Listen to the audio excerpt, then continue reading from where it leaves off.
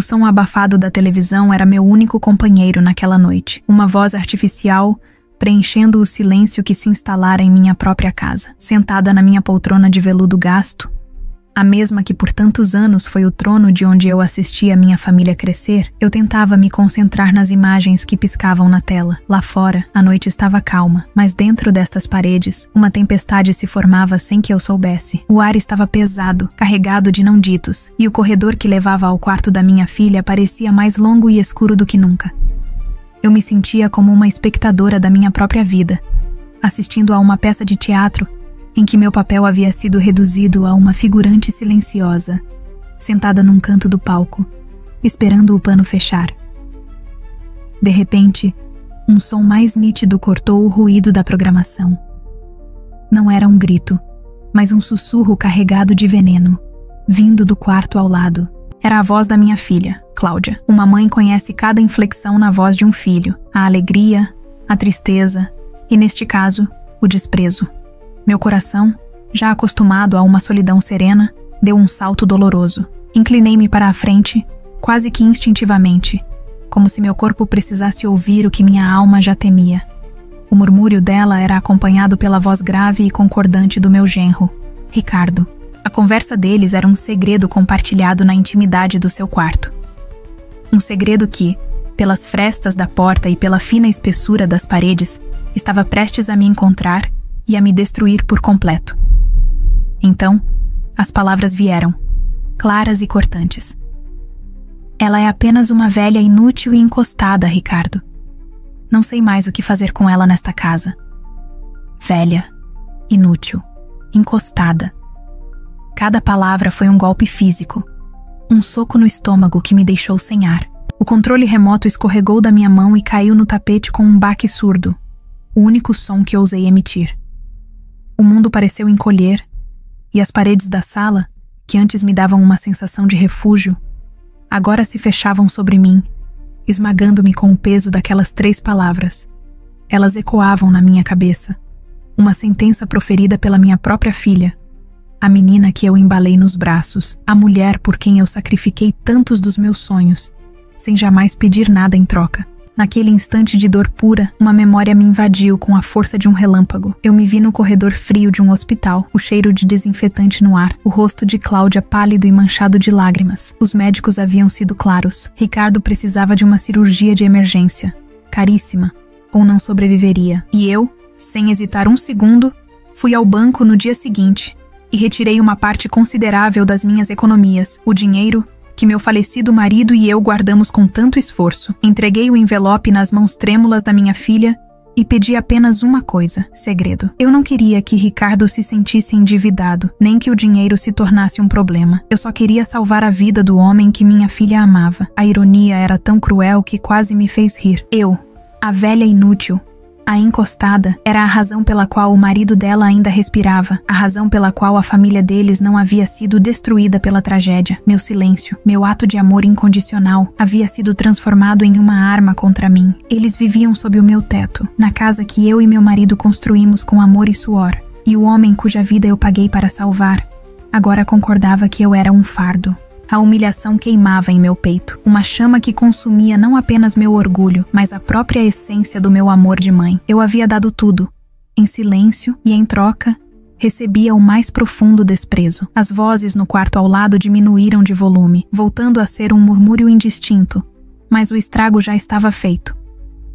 Fiquei ali, paralisada na minha poltrona, enquanto a televisão continuava a tagarelar sobre um mundo que não mais me pertencia. As fotografias na parede, repletas de sorrisos de outros tempos, agora pareciam zombar de mim. A imagem de Cláudia criança no meu colo, a foto do casamento dela, onde eu chorava de felicidade, tudo aquilo se transformara numa mentira. Naquele momento, eu entendi que a solidão que eu sentia não era apenas pela ausência do meu marido, mas pela presença sufocante da ingratidão. O silêncio que se seguiu não era de paz, mas de luto. Eu estava de luto pela filha que eu pensava ter. Meu nome é Helena. Hoje tenho 68 anos, embora existam dias em que sinto o peso de um século em meus ombros, e outros em que a lembrança da juventude me faz esquecer do tempo. Sou viúva, mãe e, ao que parece, uma presença invisível na casa que ajudei a construir. As palavras da minha filha ainda flutuam ao meu redor, presas no ar da sala, e me forçam a olhar para o reflexo da mulher que me tornei aos olhos dela. Eu não sou a figura frágil e dependente que ela pintou para o marido. Por trás das minhas mãos enrugadas e do meu passo mais lento, existe uma história de força, de sacrifício e de um amor que foi convenientemente esquecido, guardado em silêncio como o dinheiro no banco. Por mais de 40 anos, fui a esposa de Antônio, um homem de valores simples e de uma inteligência aguçada para os negócios. Juntos, não apenas construímos uma família, mas também um futuro seguro. Vivíamos de forma modesta, sem ostentação, porque acreditávamos que o verdadeiro valor não estava no que se exibia, mas no que se tinha como alicerce. Ele me ensinou a investir, a planejar, a pensar no amanhã. Cada centavo que guardamos não era para comprar luxos, mas para comprar paz de espírito, para garantir que, acontecesse o que acontecesse, nossa família estaria amparada. Essa discrição, que antes era uma virtude, tornou-se o véu que hoje esconde quem eu realmente sou, permitindo que me vejam como um fardo. Quando Antônio se foi, há quase uma década, meu mundo perdeu o seu eixo. A dor da perda foi imensa, mas encontrei um novo propósito em me dedicar integralmente a Cláudia. Ela era o pedaço vivo do meu grande amor, e canalizei toda a minha energia para garantir seu bem-estar.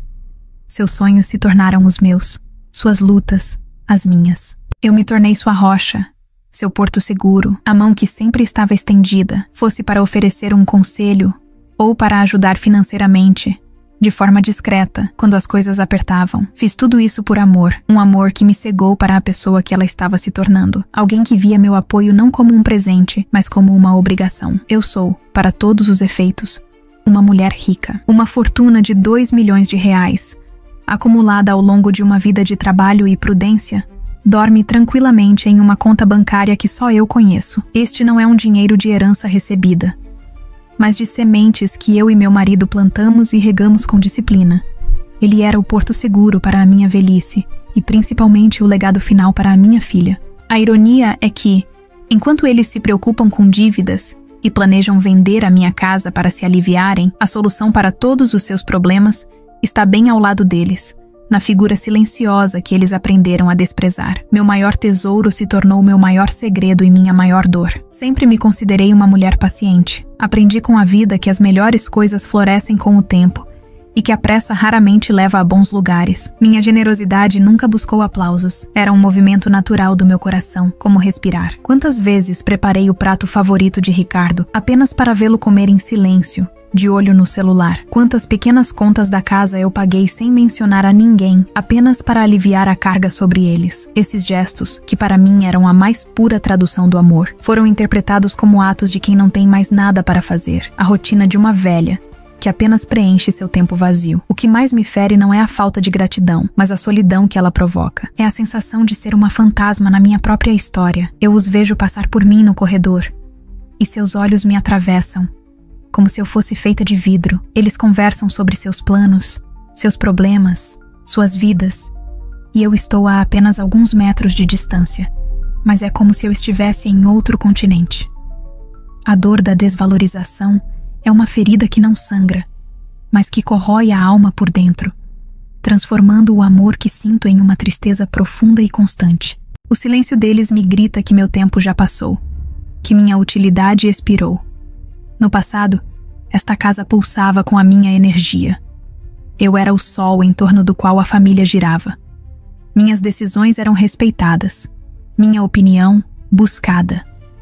O cheiro do meu assado de domingo era o convite que reunia todos à mesa, e o som das risadas ecoava por todos os cômodos. Eu era a matriarca, a fortaleza, o pilar que sustentava tudo.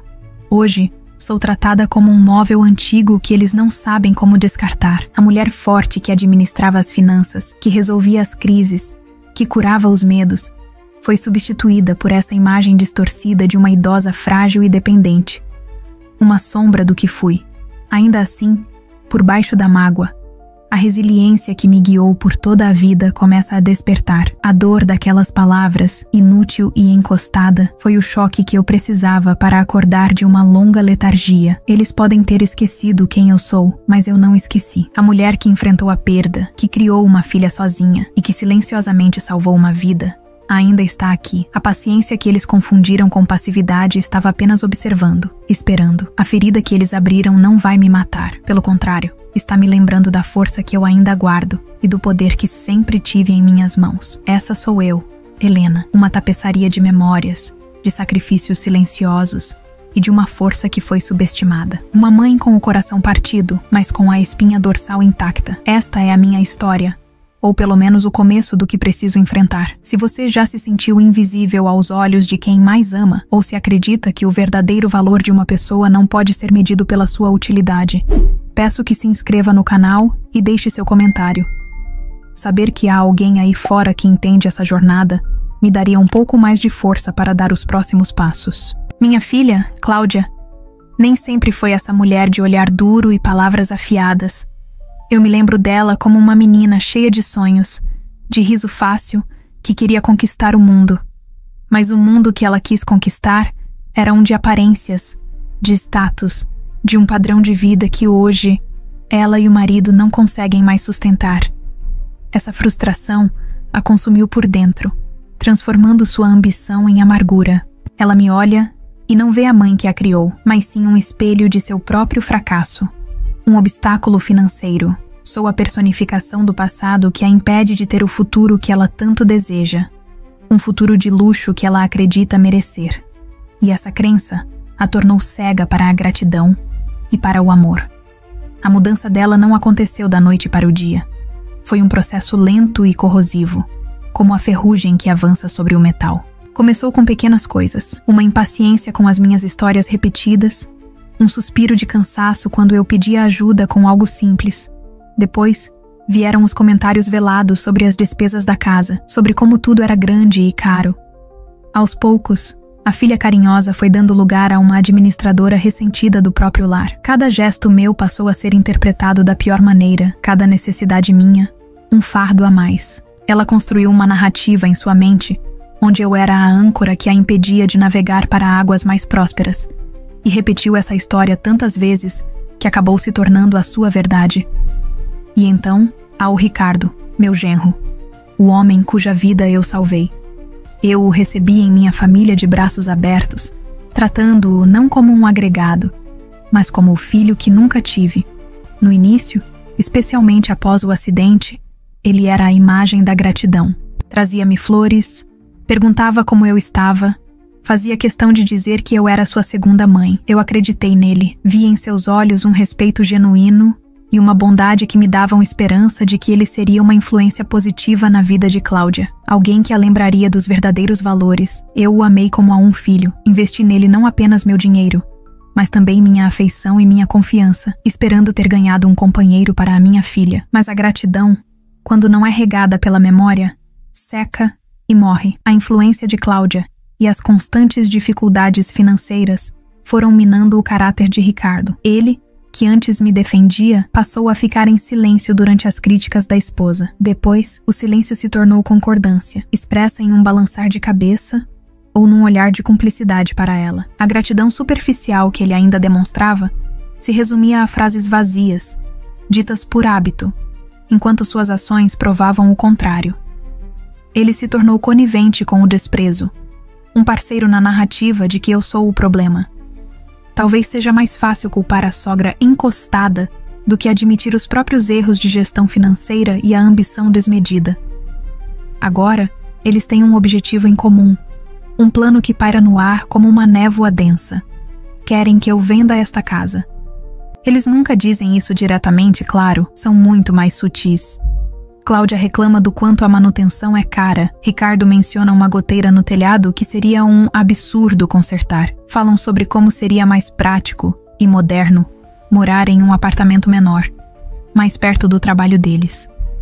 Cada palavra é uma semente plantada com o objetivo de me fazer acreditar que a ideia foi minha. Eles me cercam com argumentos lógicos que escondem a verdadeira intenção: usar o dinheiro da venda para pagar suas dívidas e sustentar um estilo de vida que não lhes pertence. Eles se tornaram uma equipe, um bloco único de ressentimento e interesse. Eu os vejo cochichando na cozinha, e as conversas param abruptamente quando eu entro no cômodo. Sinto seus olhares em minhas costas quando estou na sala, e o silêncio que eles deixam é mais barulhento do que qualquer discussão. O lar que um dia foi meu refúgio, o lugar de memórias felizes com Antônio, transformou-se em um campo de batalha psicológico. Eles não sabem do meu segredo, da fortuna que os poderia salvar de tudo isso.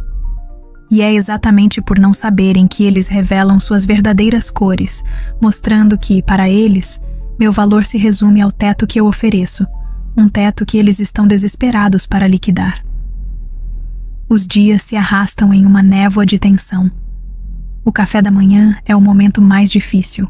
Nós três sentados à mesa da cozinha, a mesma mesa onde ensinei Cláudia a ler, e o silêncio é tão denso que posso senti-lo fisicamente. O único som é o tilintar dos talheres nos pratos e o virar de páginas do jornal de Ricardo. Eles trocam olhares por cima de suas xícaras de café, olhares que dizem tudo o que suas bocas se recusam a falar na minha frente.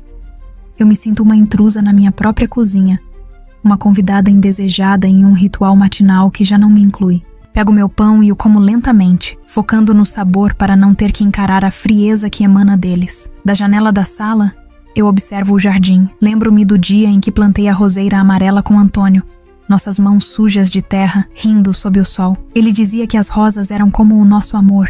Precisavam de cuidado para florescer. Cada flor que desabrocha é uma pequena memória dele, mas essa alegria é passageira. Logo ouço a voz de Cláudia atrás de mim, no telefone com alguma amiga. Esse jardim dá um trabalho imenso e o custo para manter é um absurdo. Sinceramente, não vejo a hora de me livrar de tanta coisa inútil. Inútil. A mesma palavra que ela usou para mim. Minha roseira, meu jardim, meu amor, tudo reduzido a um item na planilha de despesas deles. Recuo da janela e me sento na minha poltrona, o coração apertado. Eu reflito sobre o que é o sacrifício. Para mim, cuidar desta casa, deste jardim, nunca foi um fardo, era uma linguagem de amor. Cada refeição preparada, cada roupa passada, cada canto limpo, era um verso de um poema que eu escrevia para a minha família. Mas parece que eles só entendem a linguagem do dinheiro. Tudo é medido em custo, em esforço, em retorno. Eles não conseguem ver o valor intangível de um lar construído com afeto, a herança emocional que estas paredes carregam. Eles veem apenas tijolos e argamassa, um ativo a ser liquidado para resolver problemas imediatos, e isso me parte a alma.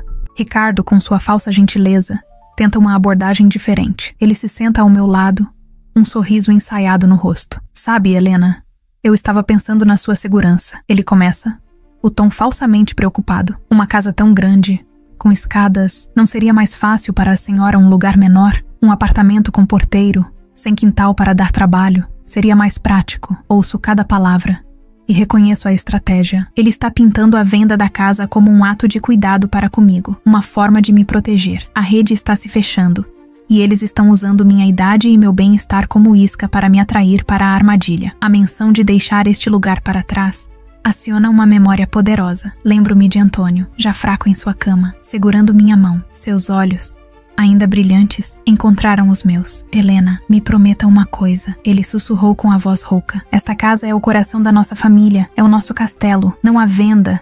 Não a deixe ir, a menos que seja o seu desejo mais profundo. Prometa que vai proteger nosso ninho. Eu prometi, com lágrimas nos olhos. Essa promessa não é apenas uma memória, é um juramento sagrado. Vender esta casa não seria apenas uma transação imobiliária, seria quebrar a última promessa que fiz ao amor da minha vida. A crueldade dele se manifesta nos pequenos detalhes. Outro dia, eu não conseguia me lembrar onde havia guardado os álbuns de fotos antigos. Cláudia revirou os olhos com um suspiro exagerado. Está vendo, Ricardo? A memória dela já não funciona mais direito. É um perigo ela ficar sozinha nesta casa enorme. E se ela esquece o gás ligado?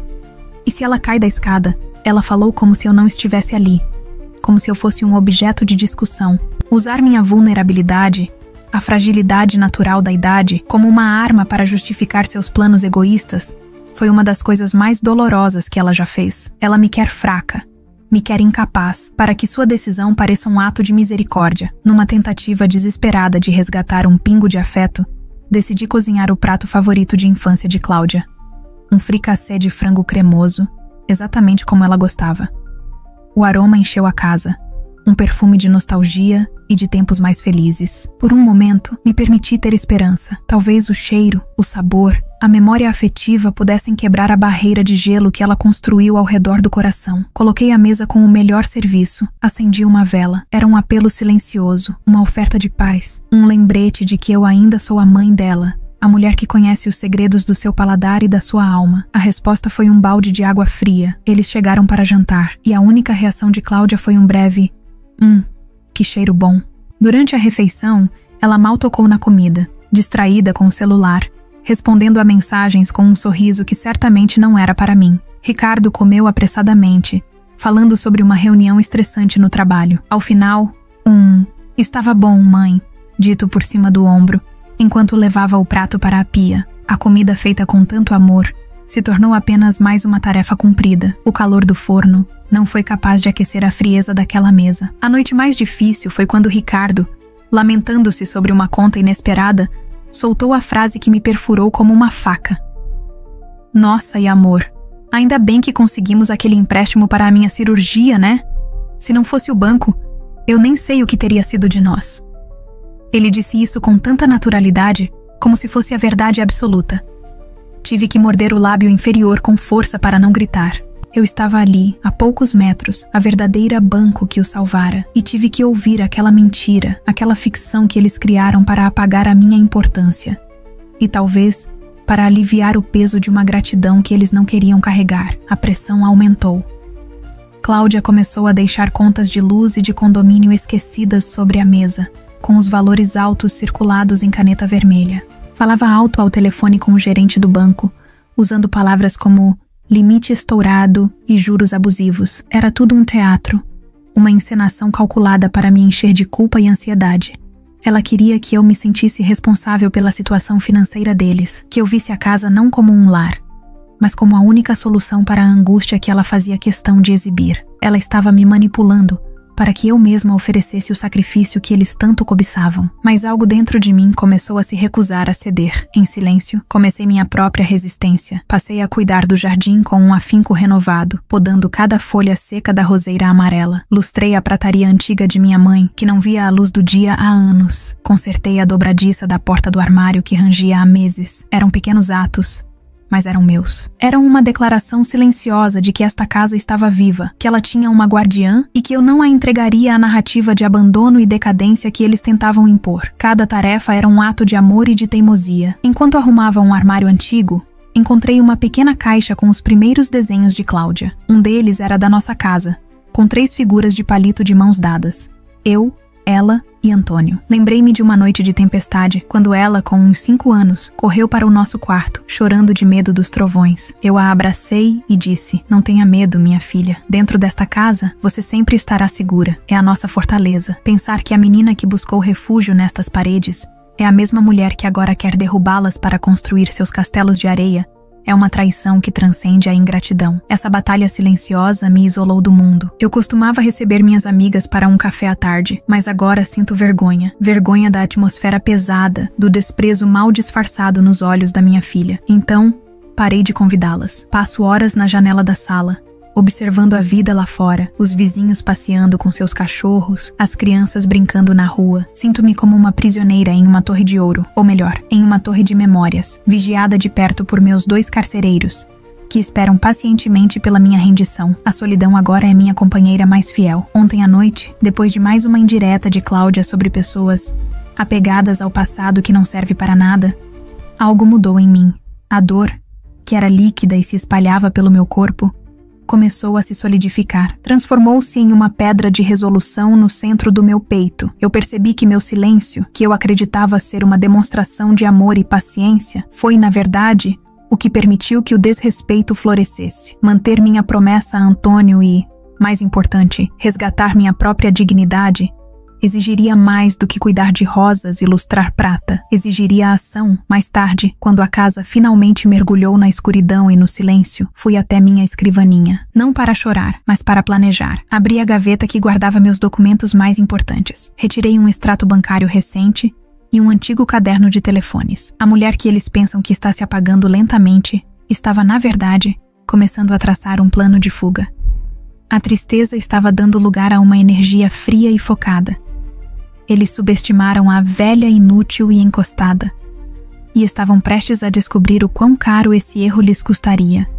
Uma nova quietude se instalou em mim, mas não era a quietude da resignação, era o silêncio da estratégia. Comecei a me mover pela casa, com um propósito que eles não conseguiam decifrar. Havia uma leveza no meu andar, um brilho nos meus olhos que os confundia. Eles, imersos em seu plano, interpretaram minha nova calma como um sinal de que eu estava finalmente cedendo, que a velha estava cansada de lutar. Eles trocavam sorrisos vitoriosos quando pensavam que eu não estava olhando, certos de que a batalha estava ganha.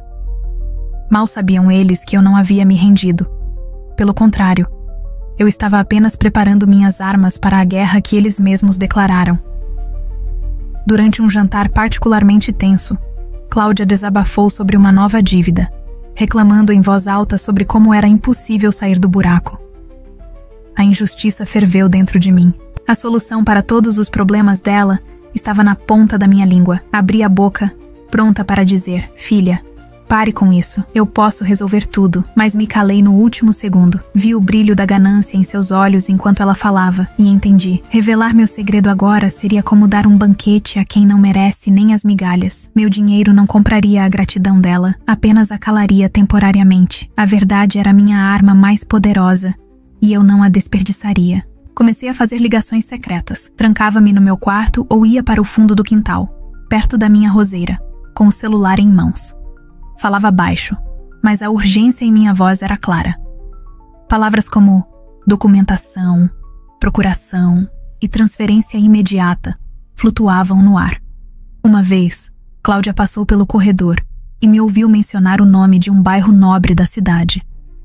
Vi a confusão em seu rosto. Tenho certeza de que ela presumiu que eu estava falando com um advogado sobre a venda desta casa, talvez até garantindo que a parte dela do dinheiro estivesse segura. A ironia era deliciosa.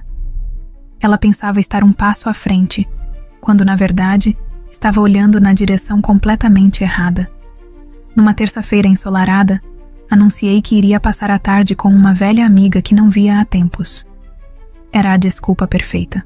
Em vez de ir para a casa da minha amiga, peguei um táxi para um endereço no outro lado da cidade. Durante o trajeto, observei as ruas passarem pela janela com um sentimento novo, uma sensação de liberdade que eu não experimentava há anos. Eu não era mais uma prisioneira em minha casa. Eu era uma mulher tomando as rédeas do seu próprio destino. O táxi parou em frente a um prédio moderno e discreto. Era uma imobiliária de alto padrão. Ali, eu não era a velha inútil. Ali, eu era uma cliente. O corretor, um jovem educado e profissional, me tratou com uma deferência que eu havia esquecido que existia. Ele me chamava de Dona Helena e ouvia atentamente a tudo o que eu dizia. Visitei um apartamento iluminado, com uma varanda ampla e vista para um parque. Enquanto eu caminhava pelos cômodos vazios, não sentia a tristeza de deixar meu antigo lar, mas a excitação de construir um novo, um lugar que seria só meu, um santuário de paz, longe de sussurros venenosos e olhares de desprezo. Ali, eu podia sentir o cheiro da minha futura tranquilidade. A decisão foi tomada naquele exato momento. Para manter meu plano em segredo, eu precisava de uma distração. Numa das minhas saídas, peguei um folheto de um conjunto habitacional simples, com apartamentos minúsculos e sem nenhum atrativo. Deixei-o acidentalmente sobre a mesinha de centro da sala. Como eu previ, Cláudia o encontrou. Vi quando ela o mostrou para Ricardo, os dois sorrindo com um ar de triunfo. Para eles, aquele pedaço de papel era a prova de que a mãe finalmente havia entendido seu lugar, que estava se preparando para uma vida mais simples e deixando o caminho livre para eles. Eles se sentiram inteligentes, no controle, e essa arrogância era exatamente o que eu precisava para agir sem ser notada. Apesar da aparente vitória com o folheto, uma semente de desconfiança começou a brotar neles. Minha recém-descoberta independência os intrigava. Eu saía com mais frequência, estava mais arrumada e não reagia mais às provocações sobre dinheiro. Meu sorriso sereno os desestabilizava. Eles começaram a se perguntar se eu não estaria tramando algo. Talvez eu tivesse procurado um advogado para me proteger deles na partilha do dinheiro da casa. A ganância deles começou a se misturar com uma leve paranoia.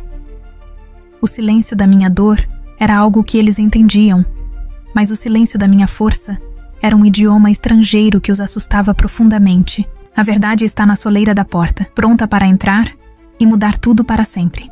Cada peça do meu plano está em seu devido lugar, e eu sei que não há mais volta. Sinto um misto de medo e determinação, mas sei que estou fazendo o que é certo para mim. E agora, eu pergunto a você, que acompanha minha história, o que você acha que vai acontecer quando a verdade for revelada? O que você faria se estivesse no meu lugar, com o poder de mudar tudo? Se você acredita na justiça e quer ver como esta história termina, peço que se inscreva no canal e deixe sua opinião nos comentários.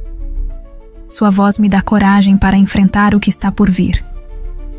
A noite caiu e a tensão na casa é quase palpável. Todos sabem que algo está prestes a acontecer. Enquanto eu estava no meu quarto, terminando de arrumar alguns pertences em uma pequena mala, ouvi a voz de Cláudia, firme e decidida, vindo da sala. Ricardo, está decidido. Amanhã nós vamos sentar com ela e vamos resolver a venda desta casa de uma vez por todas. Chega de esperar. Do meu lado da porta, um sorriso calmo surgiu em meu rosto. Ouvi a sentença deles e dei a minha em silêncio. Sim, minha filha, pensei. Amanhã tudo será resolvido. Mas não da maneira que vocês imaginam. O dia seguinte não seria o fim da minha história, mas o começo da deles. A manhã seguinte chegou carregada de uma eletricidade sombria. Conforme o combinado, eles me chamaram para a sala. Cláudia e Ricardo estavam de pé, lado a lado, em frente à lareira, como dois promotores prontos para apresentar seu caso final. A postura deles era rígida, os rostos fechados em uma máscara de determinação.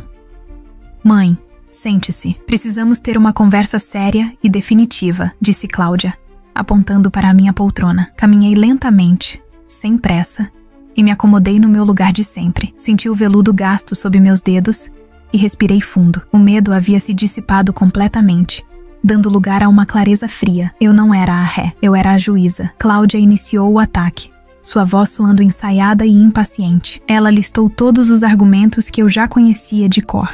A manutenção cara, o perigo das escadas, a minha suposta solidão, a necessidade de sermos práticos.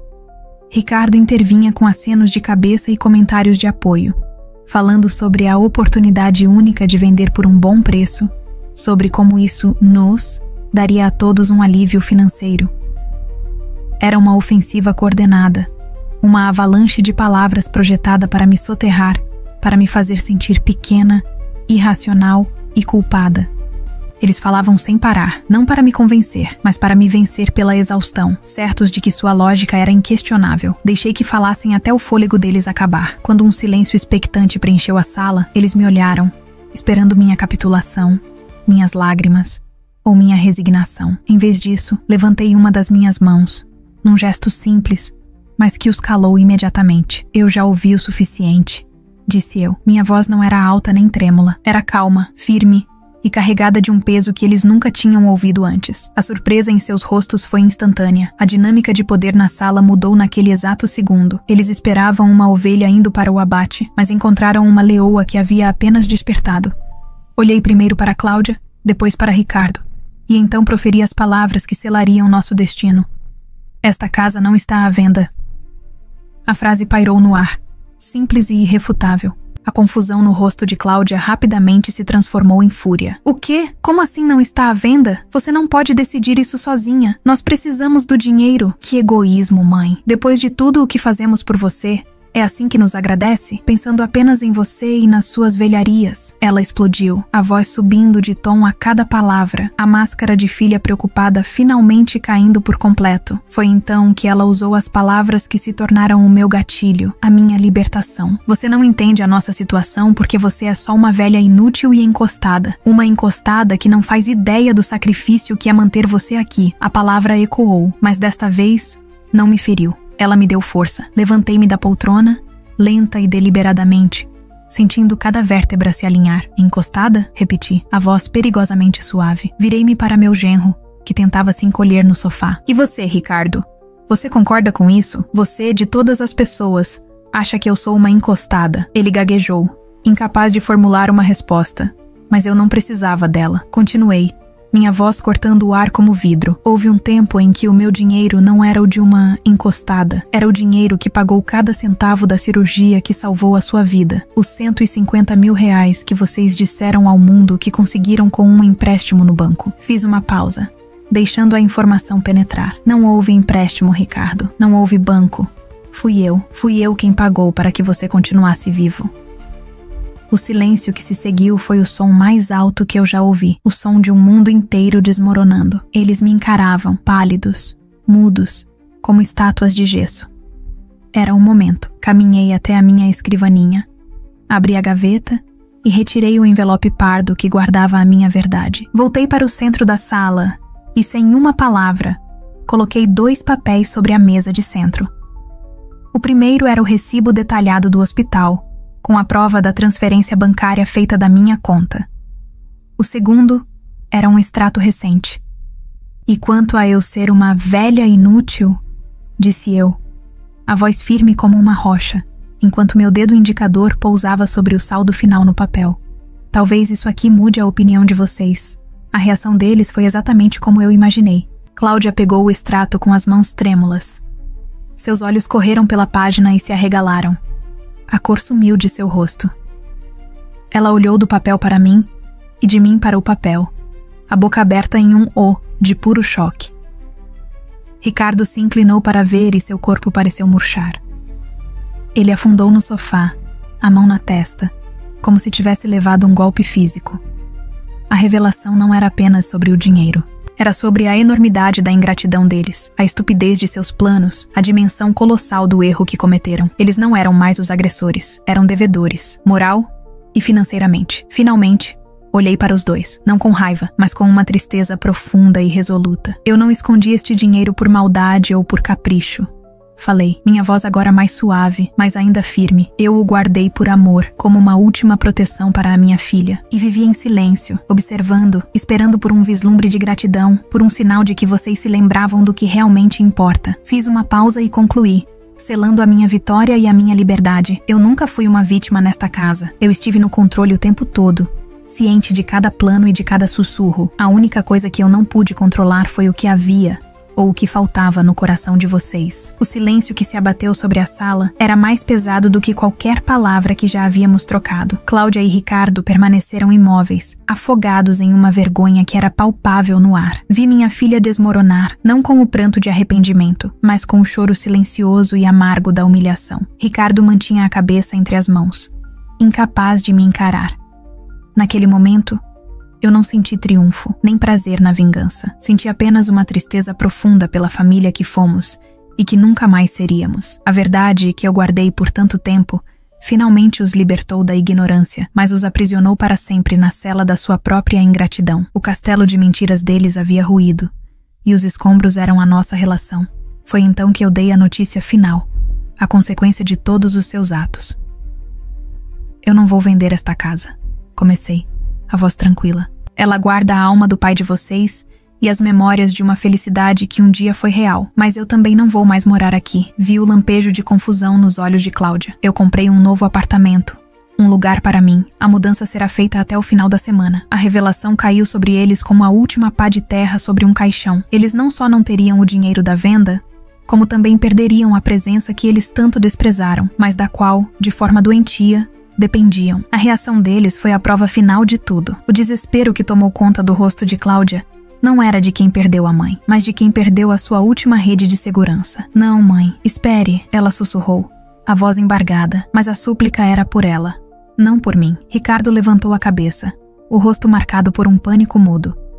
Eles perceberam, tarde demais, que ao tentarem me transformar em nada, eles se tornaram os verdadeiros necessitados. O fardo que eles queriam se livrar era, na verdade, o pilar que, mesmo em silêncio, ainda o sustentava. E agora, esse pilar havia decidido se retirar. Enquanto arrumava minhas últimas caixas, refleti sobre a triste matemática da vida. Eles passaram tanto tempo calculando o meu custo, o peso que eu representava em suas finanças e em suas rotinas, que nunca pararam para entender o meu valor. Há coisas que o dinheiro não pode comprar e, por isso, são frequentemente as primeiras a serem desvalorizadas. Um lar, a lealdade, um sacrifício feito em segredo, uma vida salva, tudo isso não tem preço. E eles em sua busca cega por aquilo que se pode contar, jogaram fora o que era verdadeiramente imensurável. Aprenderam da forma mais dura que o valor de uma pessoa não está no que ela possui, mas naquilo que ela oferece em silêncio. Ao passar pela porta daquela casa pela última vez, dei uma última olhada para trás. Vi os fantasmas dos meus dias felizes. Antônio sorrindo para mim na cozinha. Cláudia correndo pelo corredor com suas tranças voando. Mas pela primeira vez, essas imagens não me trouxeram dor. Eram apenas capítulos de um livro que eu havia terminado de ler. Eu não estava abandonando o meu passado. Estava levando comigo a sabedoria que ele me deu e deixando para trás o peso da desilusão. Fechei a porta sem olhar para os dois que ficaram para trás, sozinhos, para arcar com as consequências de um vazio que eles mesmos criaram. O clique da fechadura da porta do meu novo apartamento foi o som mais libertador que eu já ouvi. Olhei ao redor para as paredes brancas, para as caixas ainda por desempacotar, para a luz do sol que entrava pela janela ampla. Não havia solidão naquele espaço vazio, mas sim a promessa de paz. A promessa de um recomeço. Eu entendi, finalmente, que a dignidade não está em provar o seu valor para os outros, mas em reconhecê-lo para si mesma. O verdadeiro poder não reside no que se pode dar, mas na coragem de parar de oferecer a quem provou, repetidamente, não merecer receber. E ali, no meu novo silêncio, eu estava finalmente em casa.